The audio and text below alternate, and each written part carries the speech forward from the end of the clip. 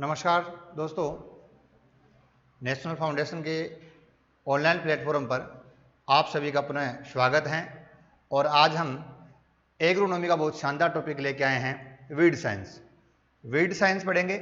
Weed science है खरपतवार विज्ञान, जो एग्रोनॉमी का बहुत इंपॉर्टेंट पार्ट है।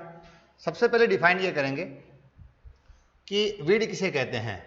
सबसे पहले जो डिफाइन की बात करते हैं तो वीड की बात करेंगे। तो वीड का जो एक्चुअली अर्थ होता है वो होता है खरपतवार, और खरपतवार का मतलब होता है अनडिजायर्ड प्लांट। अगर सीधा और स्पष्ट आवाज इसको सीधा और स्पष्ट इसको समझना चाहिए हम लोग, तो इसका एक्चुअली अर्थ होता है ऐसे प्लांट जिनको हम अनडिजायर करते हैं, ऐसे प्लांट जिनको किसान है वो डिजायर नहीं करता और बिना बोए जो बीज उग जाते हैं, बिना बोए किसी स्थान पे खरपतवार यानी पौधे उग जाते हैं, उनको हम क्या कहते हैं? खरपतवार कहते हैं। खरपतवार से बहुत सारा नुकसान होता है। किसान है, उपज का 30-35% कम हो जाता है, और बहुत ज़्यादा अगर खरपतवार की संख्या होती है तो 90% तक की भी संख्या क्या हो सकती है? कम हो सकती है।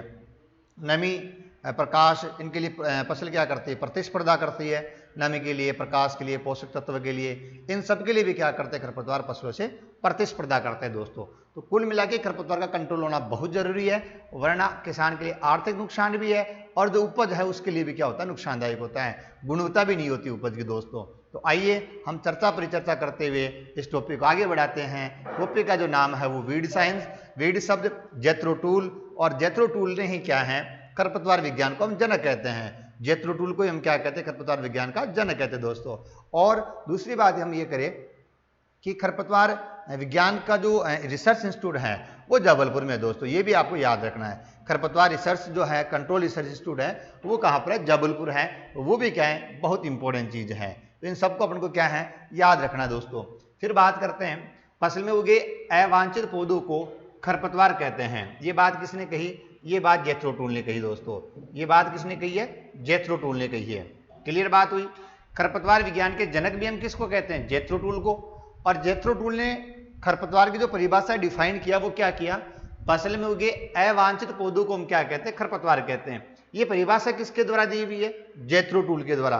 प्रश्न बन सकता है, फसल में उगे अवांछित पौधों को खरपतवार कहते हैं, ये परिभाषा किस वैज्ञानिक के अनुसार है? जेथरो टूल। और वीड साइंस के जनक भी कौन है? जेथरो टूल है। ये जो वीड शब्द है इसका सबसे पहले जो यूज किया दोस्तों वो किसने किया है? जेथरो टूल ने। याद रखना है। अब खरपतवार क्या करते हैं? जो भारत में जो उपज होती है उस उपज का लगभग खरपतवार क्या करते हैं? 30 से 35% क्या करते हैं दोस्तों? कम कर देते हैं। हमें जो उपज प्राप्त होती है उस उपज का 30 से 35% क्या हो जाता है फ्रेंड्स? कम हो जाता है। ये बहुत इंपॉर्टेंट चीज है। तीसरी बात हम इसमें करते हैं, भारत में रोग व्याधि द्वारा हानि 20 से 25% होती है। ये भी आपको याद रखना है। खरपतवार के द्वारा नुकसान कितना होता है? 30-35%।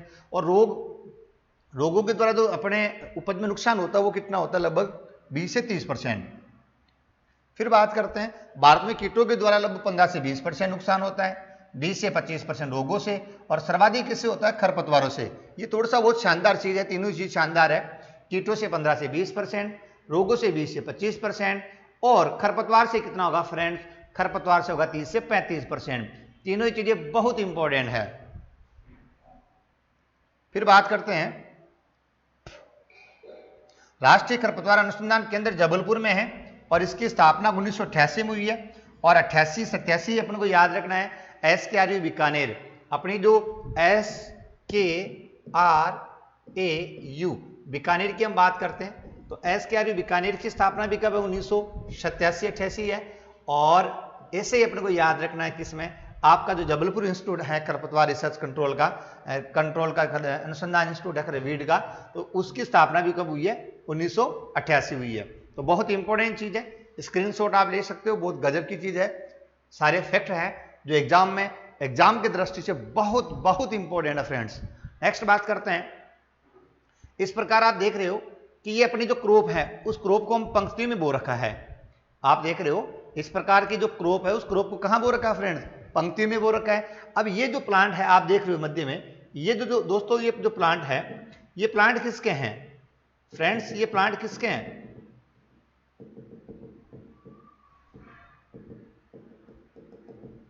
ये प्लांट दोस्तों किसके होंगे? ये प्लांट ये आप यहां पे देख रहे हो, ये खरपतवार है। ये जो मध्य में प्लांट लग रहे हैं ये प्लांट कैसे है बेटा? ये खरपतवार है दोस्तों। तो आपको ये याद रखना है। खरपतवार का समझ गए, जो हम क्रॉप होते हैं, उस क्रॉप के अंदर क्या है, कुछ अनडिजायर्ड प्लांट बीच में उग जाते हैं, उनको हम खरपतवार कहते हैं। 30 से % उपज में कमी होती है और बहुत सारे नमी के लिए, पोषक तत्वों के लिए, प्रकाश के लिए, हवा के लिए खरपतवार और फसल के मध्य प्रतिस्पर्धा होती है। हाँ, क्या होती है दोस्तों, प्रतिस्पर्धा होती है। नेक्स्ट बात करते हैं, खरपतवार की बात यहां पे कर रहे हैं। तो खरपतवार शब्द का सबसे पहले प्रयोग जेथरो टूल ने किया और इन्हीं को हम क्या कहते हैं, खरपतवार विज्ञान का जनक कहते हैं। बिल्कुल फैक्ट बात कर रहे हो, खरपतवार विज्ञान का क्या कहते हैं, जनक कहते हैं। डेफिनेशन क्या कह सकते हो, वे अवांछित पौधे जो किसी स्थान पर बिना बोए उग जाते हो और प्रमुख फसलों को क्या करते हैं, आर्थिक हानि पहुंचाते हैं। क्या करते हैं, आर्थिक हानि पहुंचाते हैं। उन पादपों को हम क्या कहेंगे, खरपतवार कहेंगे। जो अवांछित पौधे हैं, बिना बोए कहीं उग जाएंगे और क्या करेंगे, फसलों को आर्थिक नुकसान, हाँ, किसान को क्या करता है, आर्थिक नुकसान पहुंचाता है। Father of tillage Jethro Tull, father of weeds and Jethro Tull. और इन्होंने एक किताब लिखी थी, horse hoeing husbandry, written by Jethro Tull. Horse hoeing husbandry जो बुक लिखी थी वो किसके द्वारा लिखी हुई है दोस्तों, जेथरो टूल के द्वारा लिखी हुई है। विशेष आपको याद रखना है, जेथरो टूल ने बुक लिखी है कौन सी, horse hoeing husbandry, horse hoeing husbandry, ये बुक इन्होंने दोस्तों लिखी है।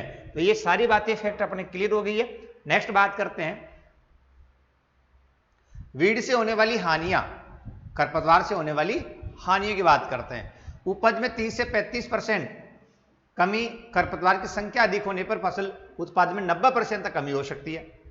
मृदा की जो नमी है उसमें कमी होगी, गुणवत्ता है उसमें कमी होती है, जो क्वालिटी होती है प्रोडक्शन की उसमें कमी हो जाती है। कैसे, जैसे बात करते हैं, सरसों के बीज अगर 87 के बीज अगर सरसों के बीज में मिल जाते हैं, सरसों जो अपनी मस्टर्ड क्रॉप है, तो अगर 87 आर्जिमोना मैक्सिकाना, इसका नाम है 87 का क्या बेटा दोस्तों, इसका नाम आर्जिमोना मैक्सिकाना, इसका नाम क्या होगा, आर्जिमोना मैक्सिकाना, ये इसका नाम रहेगा बॉटनिकल नेम। तो ये जो आर्जिमोना मैक्सिकाना है, इसके जो सीड हैं अगर मस्टर्ड में मिल जाते हैं तो इसका जो ऑयल हम काम में लेते हैं उसमें ड्रॉप्सी रोग होने की संभावना रहती है। बहुत इंपॉर्टेंट है, कौन सा डिजीज दोस्तों, ड्रॉप्सी रोग होता है, आंखों में जलन सी होती है, त्वचा में जलन सी होती है, वो डिजीज होने की संभावना रहती है।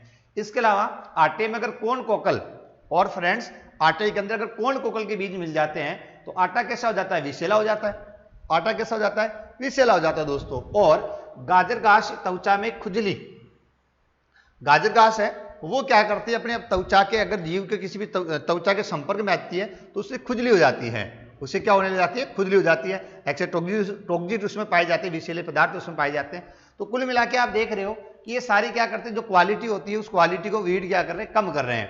इसके बाद में देखें, फसल उत्पादन में व्यय अधिक होगा। वाही व्यय अधिक इसलिए होगा दोस्तों क्योंकि उसको खरपतवार को हम कंट्रोल करेंगे ना तो किसान को खर्चा हो जाता है, किसान को क्या हो जाएगा, खर्चा हो जाएगा। किस बात का, वीड को कंट्रोल करने का। और कीट व रोगों को शरण देते हैं। ये देखो साहब, सबसे बड़ी बात, जो कीट और रोग हैं, आतंकवादी जिसको हम कह सकते हैं, उनको शरण देने का कार्य करते हैं। उनको ये कहते हैं आइए आप यहां रहिए और फिर इस फसल को क्या करना है, नुकसान पहुंचाना है। उदाहरण के रूप में आप देखोगे, मक्का में जो परजीवी है, मक्का में परजीवी है, जो मक्का में कवक है, पाउडरी मिल्ड्यू रोग होता है। मक्का में कवक के द्वारा पाउडरी मिल्ड्यू डिजीज होती है। तो ये जो पाउडरी मिल्ड्यू डिजीज का जो कवक है दोस्तों, वो कवक कहाँ रहता है, वो आपकी जो मक्का की फसल में जो कासनी खरपतवार है ना, इस कासनी खरपतवार के ऊपर रहता है। मक्का में कासनी खरपतवार है, इसके ऊपर क्या रहेगा, इस कासनी खरपतवार पे पाउडरी मिल्ड्यू डिजीज फैलाने वाला जो कवक है, वो कवक क्या करता है, शरण लेता है। किस पे, कासनी पे। कौन सी फसल में, मक्का में दोस्तों। इनके अलावा बात करते हैं, बाजरे के अंदर बात करते हैं, हरित बाली और अर्गट डिजीज होती है। बाजरे में मुख्य रोग कौन सा है, एक तो ग्रीन ईयर है और एक अर्गट बोलते हैं अपने, ठीक है, ये डिजीज है। इसमें जो कवक है, ये कवक भी बाजरे के खेत में जो अंजन घास होती है, उस अंजन घास पे क्या करता है, शरण रहता है, उसके ऊपर परजीवी के रूप में रहता है। किसके रूप में रहता है दोस्तों, परजीवी के रूप में रहता है। किसके रूप में फ्रेंड्स, परजीवी के रूप में रहता है। तो बहुत इंपॉर्टेंट चीजें हैं, इन सभी को आपको याद रखना है। कासनी मक्का में पाउडरी मिल्ड्यू कवक परजीवी, और अर्गट और आपका हरित वाली बाजरे की फसल में ये जो कवक है वो रहता है किसमें, अंजन घास पे। इनके अलावा क्या करते हैं, पशु स्वास्थ्य के लिए भी घातक होते हैं, जैसे धतूरा है उसको खाने से पशु की कई बार क्या जाती है, मृत्यु हो जाती है। तो इस प्रकार पशुओं के लिए भी क्या होते हैं, नुकसानदायक होते हैं इस प्रकार के वीड दोस्तों। फिर अपने बात करते हैं वीड से लाभ बात करते हैं। मृदा संरक्षण में लाभ है, अगर वीड होंगे तो मृदा का क्या होगा, संरक्षण होगा।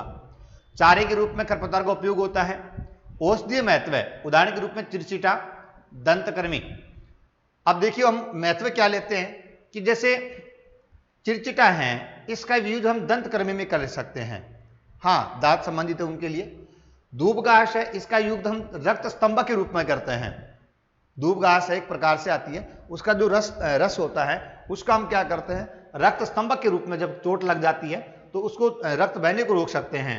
और सावा है, गोखरू है, इनका यूज हम प्रजनन क्षमता बढ़ाने के लिए लेते हैं। सावा और गोखरू के बीज है, उसका यूज हम किसके लिए लेंगे, प्रजनन क्षमता को बढ़ाने के लिए लेंगे दोस्तों। तो इस प्रकार ये लाभ भी है। कुछ खरपतवार ऐसे भी है जो मृदा उर्वरता को बढ़ाते हैं, कैसे, जैसे सेंजी है, सत्यानाशी है, अड़ूसा है, ये क्या करते हैं, मृदा उर्वरता को बढ़ाते हैं। सेंजी, सत्यानाशी और अड़ूसा मृदा की उर्वरता को बढ़ाते हैं दोस्तों। सजावट के रूप में बात करें, अपने सजावट के रूप में बात करें तो लेंटाना कैमरा अन्य लाभ जैसे नेमेटोड्स है की संख्या कम करता है। नेमेटोड की संख्या क्या करता है दोस्तों, कम करता है। जहां जहां पे लेंटाना कैमरा होगा वहां पे जो नेमेटोड है उनकी संख्या क्या होगी, कम होगी। और मोता है, इसका यूज हम अगरबत्ती, खुशबू वाले अगरबत्ती में करते हैं। कासनी और कॉफी के बीज अगर मिला के पीते हैं तो उसका स्वाद बहुत अच्छा हो जाता है, तो स्वाद बढ़ाने के लिए करोगे इसका यूज। और हुलहुल है, इसकी इतनी तीक्ष्ण गंध होती है कि कीट इससे क्या हो जाएंगे, फसलों से दूर हो जाएंगे। हुलहुल कीटों को भगाने के लिए काम में लेते हैं। हुलहुल जहां होगा उसके आसपास कीट नहीं आएंगे तो फसल को नुकसान नहीं होगा। अच्छा जी, अगर हम कॉफी के साथ कासनी के बीजों को अगर मिला के पीते हैं तो स्वाद बहुत बढ़ जाता है। मोता है, अगरबत्ती जो अपने पूजा में काम में लेते हैं उसमें काम में लेते हैं। और नेमेटोड जहां भी होंगे वहां पे क्या होंगे दोस्तों, जहां पे आग होगा, आग बोलते हैं अपने ना, हाँ आग जानते हो, जो अपने रेगिस्तान में होता है, अपने खेत सड़क के दोनों तरफ मिल जाते हैं आपको बहुत ज्यादा, तो वहां पे क्या होंगे, नेमेटोड, उस मिट्टी में नेमेटोड की संख्या कम होगी। तो सारे लाभ ही है, ये सारे दोस्तों कैसे बेनिफिट है, लाभ है। अब उसके बाद में अपन बात करते हैं, नेक्स्ट बात करते हैं आगे, ये अपने मुख्य 5 लाभ हो गए इसके। अब कुछ विशेषताएं पढ़ते हैं। विशेषता इस प्रकार की कि खरपतवार में इस प्रकार की क्या विशेषता पाई जाती है कि हम इसका कंट्रोल करना चाहे तो भी इसका कंट्रोल बहुत मुश्किल होता है। तो ऐसे करेक्टर, ऐसी क्या विशेषताएं पाई जाती है जिनकी वजह से हम इनका कंट्रोल नहीं कर पाते दोस्तों। तो इसके संदर्भ में यूं है, गाजर घास या सत्यानाशी, गाजर घास और सत्यानाशी है, इसके 5000 बीज, यानी एक पौधे से 5000 बीज का उत्पादन होता है। मतलब कुल मिला के ये कहिए कि इसमें ऐसी विशेषता पाई जाती है जिसकी वजह से सीड प्रोडक्शन बहुत अधिक मात्रा में होता है। सीड प्रोडक्शन क्या होता है, बहुत अधिक मात्रा में होता है। तो देखे आप देखो, गाजर घास और सत्यानाशी है, एक पौधे से दोस्तों कितने 5000 बीज प्राप्त हो रहे हैं। अमरबेल की बात करें, एक पौधे से लगभग 16000 बीज प्राप्त होते हैं। बथुआ की बात करें तो लगभग एक पौधे से 72000 बीज प्रोडक्शन हो रहा है, काफी ज्यादा संख्या है। ऐसे मकोई है, 1,75,000 सीड वन प्लांट प्रोडक्शन हो रहा है। ये देखिए कितनी ज्यादा मात्रा में इसका प्रोडक्शन हो रहा है। जंगली चौलाई है, 1,96,000, वेरी वेरी इंपॉर्टेंट है, स्टार लगा देना, फूल पत्ती से सजा देना इस क्वेश्चन को। ट्राइएंथम स्पीसीज है, लगभग 52,000 सीड प्रोडक्शन। पार्चुला का स्पीसीज है, लगभग 1,93,000। आइपोमिया हिस्पीडा है, लगभग 338। साइप्रस रोटेंडस मोथा जिसको बोलते हैं 60,000। स्ट्राइगा है 50,000। तो यहाँ पे स्क्रीनशॉट इसका आप ले लीजिए। और बहुत इंपॉर्टेंट चीजें हैं, ये सीड प्रोडक्शन पूछा जाता है, पर प्लांट सीड प्रोडक्शन कितना है दोस्तों, प्रति प्लांट सीड प्रोडक्शन कितना होता है, इस प्रकार के प्रश्न आपसे बन सकते हैं। तो याद कीजिए, गाजर घास और सत्यानाशी के 5000, अमरबेल के 16000, बथुआ के 72,000, मकोई के 1,75,000, जंगली चौलाई 1,96,000, इनके अलावा जैसे साइप्रस और 60,000, स्ट्राइगा 50,000। ये तो आपको मुख्य याद रखने ही है दोस्तों। नेक्स्ट बात करते हैं, नंबर 2, और क्या विशेषता पाई जाती है जिनकी वजह से हम खरपतवार का कंट्रोल नहीं कर पाते।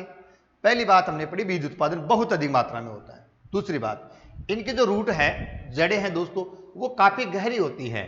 इनके जो दोस्तों रूट है वो काफी गहरी होती है, इसलिए कई बार जल की कमी होने पर बहुत ज्यादा नीचे से क्या करते हैं, जल का अवशोषण कर लेते हैं और प्लांट न्यूट्रिएंट भी उनको अधिक गहराई से प्राप्त कर लेते हैं। तो इस वजह से भी क्या है, इनका कंट्रोल करना बहुत मुश्किल होता है। जैसे कांस है, हिरणखुरी है, जवासा है, इनकी जड़ें जमीन में 4 से 6 मीटर, कितने दोस्तों, 4 से 6 मीटर की गहराई तक चली जाती है।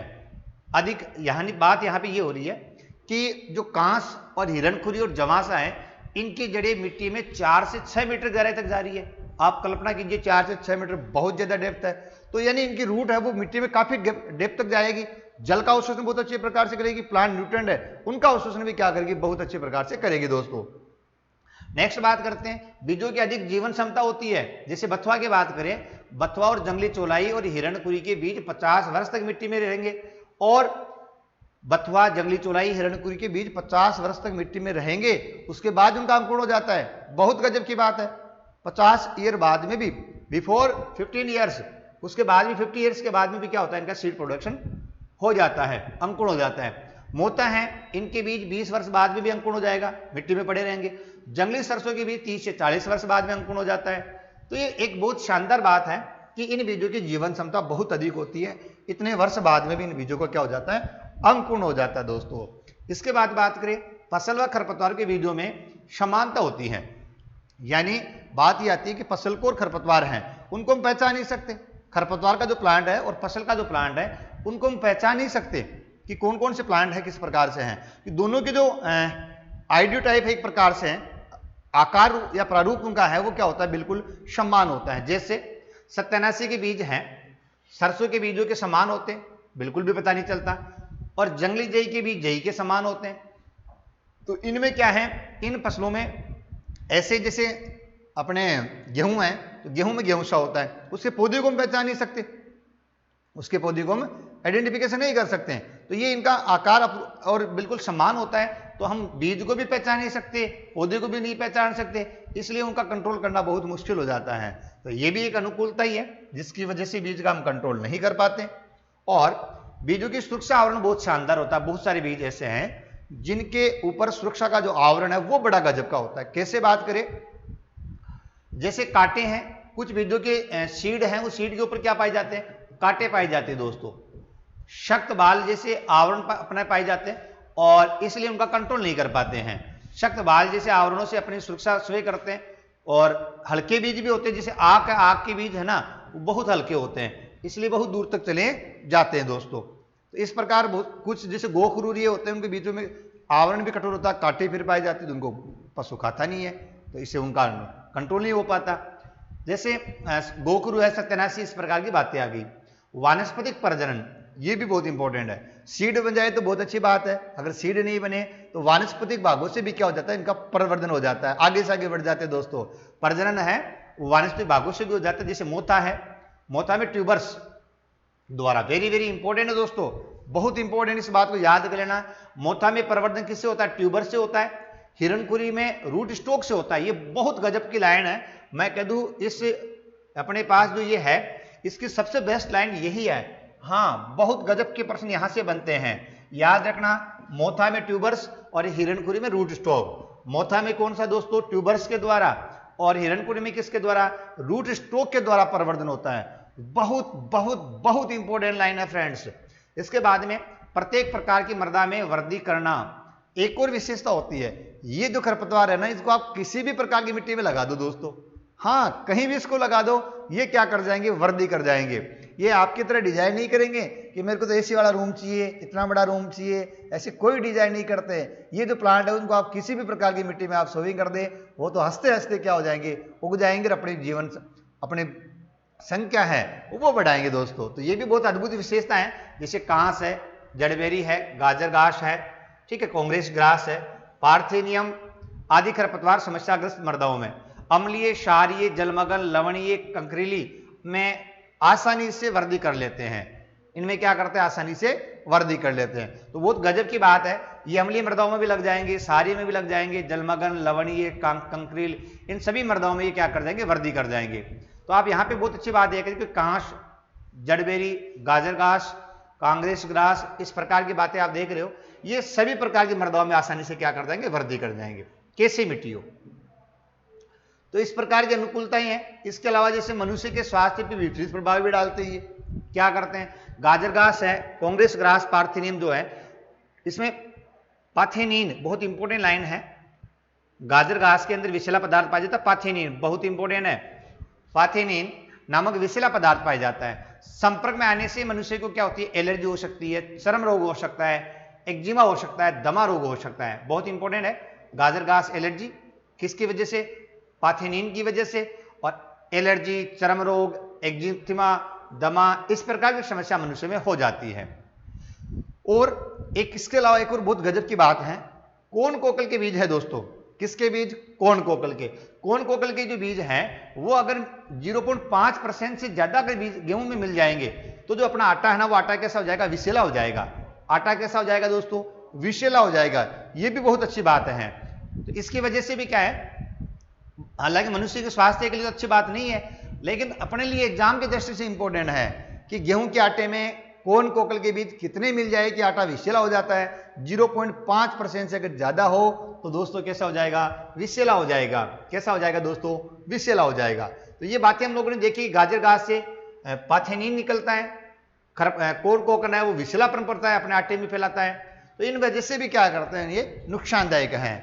शीघ्र प्रकीर्ण भी होता है। एक बात ये भी आपको याद रखना है, इन खरपतवारों का प्रकीर्ण है ना वो बहुत शीघ्रता से होता है। कैसे, मक्का के 1000 दानों का भार जो है, परीक्षण भार 280 ग्राम होता है, मूंगफली का 500 ग्राम होता है, जबकि गेहूं सा का आप देखो 2 ग्राम ही होता है।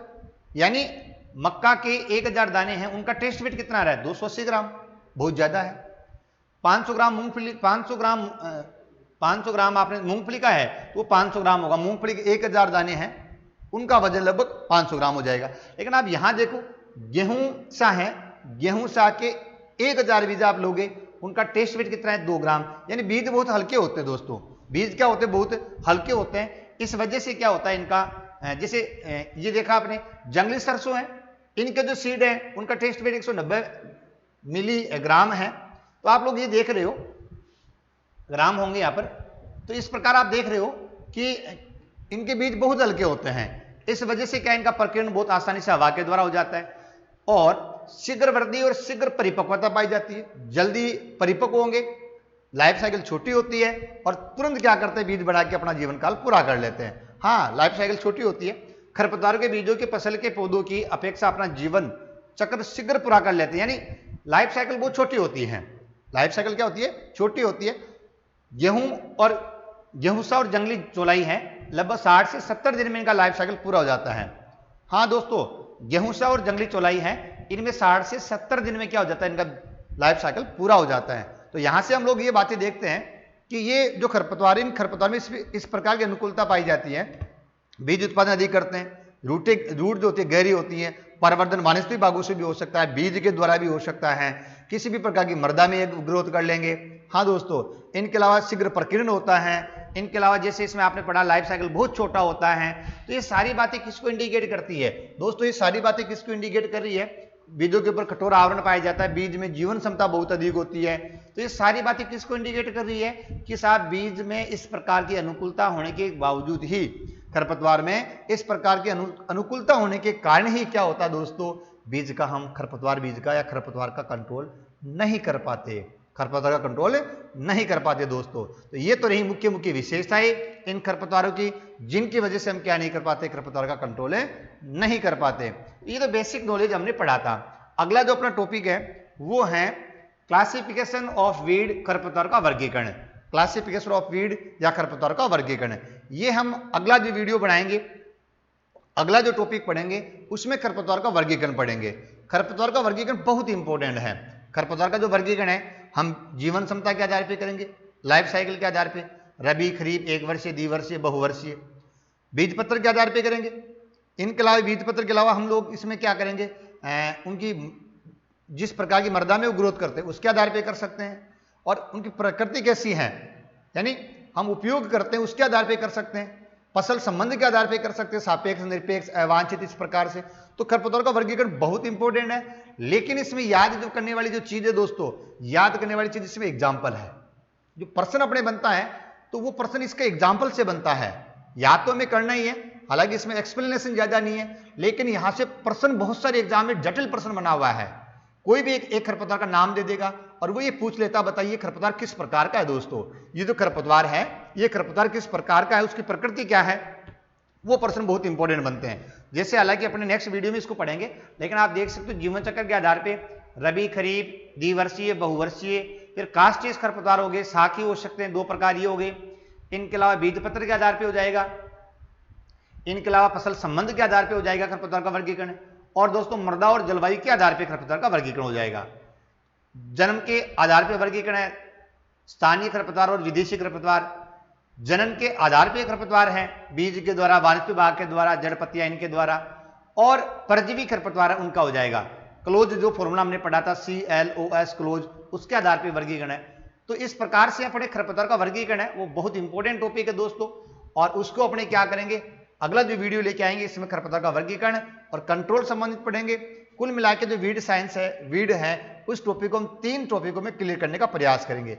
आज का जो टॉपिक रहा वो बेसिक टॉपिक रहा, खरपतवार के बारे में जानकारी हम लोगों ने प्राप्त की, फिर उसका करेक्टर उसके पढ़े, कुछ विशेषताएं हम लोगों ने पढ़ी, और थोड़ी सी हिस्ट्री हमने पढ़ने का प्रयास किया। तो ये तो हो गई वीड। वीड में जो प्रश्न बनते हैं दोस्तों, एक तो वर्गीकरण से प्रश्न बनते हैं, एक जैविक कंट्रोल में कुछ बायो एजेंट है उनके नाम अपने को याद रखने हैं, कुछ जैव बायो हर्बिसाइड हैं उनके नाम याद रखने अपने को, और शाकनाशी से बहुत ज्यादा प्रश्न बनते हैं। शाकनाशी की वर्गीकरण और कौन सी फसल में कौन सा शाकनाशी कब काम में लेते हैं, और दोस्तों कब काम में लेते हैं, शाकनाशी कौन सा काम में लेंगे, कब काम में लेंगे, ये चीजें अपने को याद करनी है।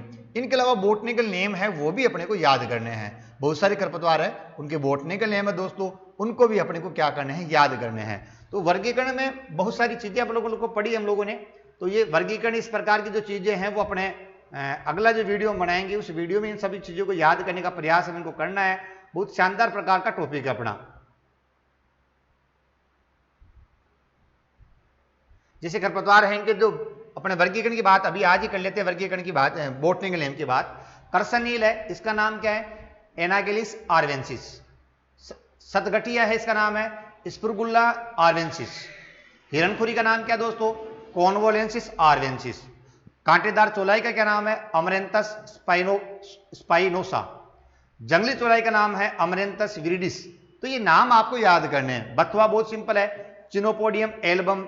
खरबथुआ चिनोपोडियम मुरेल, है ना, नाम बहुत सिंपल है। मोता है साइप्रस रोटेंडस।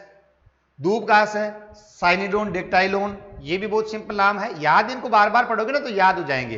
बड़ी दूधी है यूफोर्बिया हिर्टा जिसको कहते हैं, छोटी दूधी को यूफोर्बिया माइकोफिला कहते हैं, और पीली सेंजी को मेलिलोटस इंडिका कहते हैं। तो जो इंपोर्टेंट है जैसे करसनील है, हिरणखुरी है, चौलाई है, बथुआ, खरबथुआ, मोथा, दूब घास, इस प्रकार के लगभग सारे ये तो इंपोर्टेंट है, इनको आपको याद करना है। हाँ, स्क्रीनशॉट एक बार आप ले सकते हो। नेक्स्ट देखिए,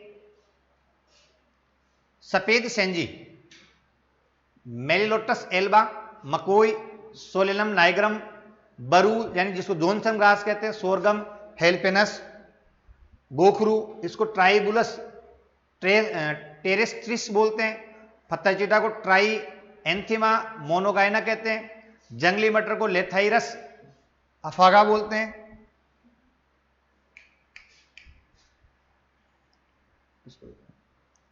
अमरबेलिया डोडर है, इसको कस्कुडा रिफ्लेक्सा कहोगे, जंगली पालक को पोर्चुलाका ओलेरियसिया बोलोगे आप इसको, बाइसुरी को प्लूसिया लेंसी यूलेटा बोलोगे, कासनी को चिकोरियम इंटाइवस कहोगे, आंख कोलोट्रोफिस जीजेनिटिया बोलोगे, जीजेनिटिया याद रखना इसको भी, प्याजी एस्फोडेलियस टेनिफोलियस बोलोगे इसको, सत्यानाशी आर्जिमोना मैक्सिकाना है।